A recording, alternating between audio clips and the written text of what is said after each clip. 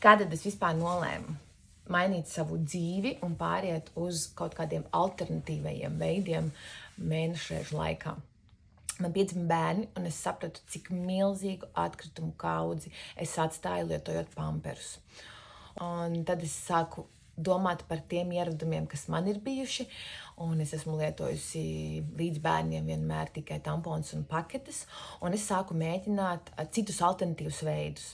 Es ilgu laiku lietoju piltuvi, un tas man neatbilda maniem dzīves ritmam. Nevienmēr bija, kur to izmazgāt, kur nu vēl nodezinficēt.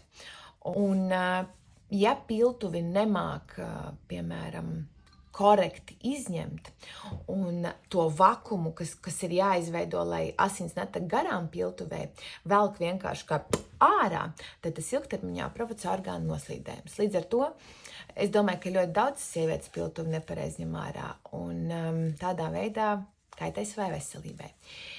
Tad, kad es uzzināju, ka ir mēnešreižu apakšbikses, es steidzos tās izmantot, un es teikšu godīgi, ka es esmu izmantojusi arī citas firmas. Man nepatika, viņas nebija tik izturīgas, viņas man pēc kāda laika izjuka, un tāpēc es paliku pie That Day apakšbiksēm, kuras absolūti atbilst visiem kvalitātes kritērijiem.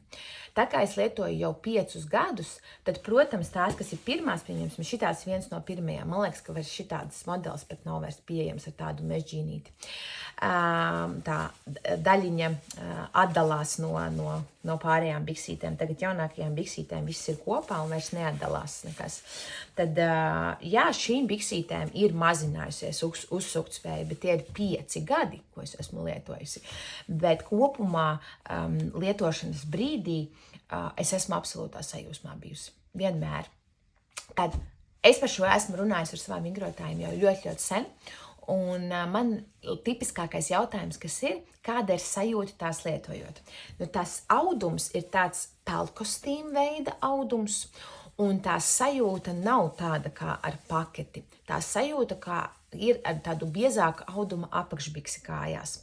Un tad jautājums man ir bijis tāds, vai ir tāda slapja sajūta mēnešreižu laikā esot ar šīm apakšbiksītēm.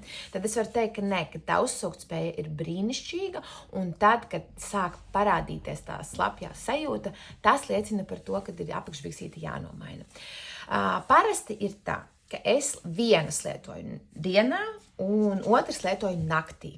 Bet, ja es sportoju, tad es nomainu pēc treniņa apakšbikses. Tas var izmainīt to, cik daudz apakšbikšu vajag. Un, protams, ka arī tas mēnešreižu stiprums katrai sievietei ir mazliet citādāks.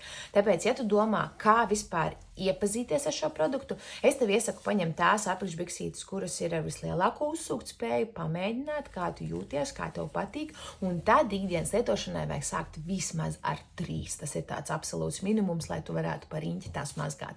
Nu, ja ir vairāk, tad būs, protams, ka daudz ērtāk. Tagad, kad man ir ļoti daudz šo biksīšu, tad man arī ļoti, ļoti ērti tās lietot.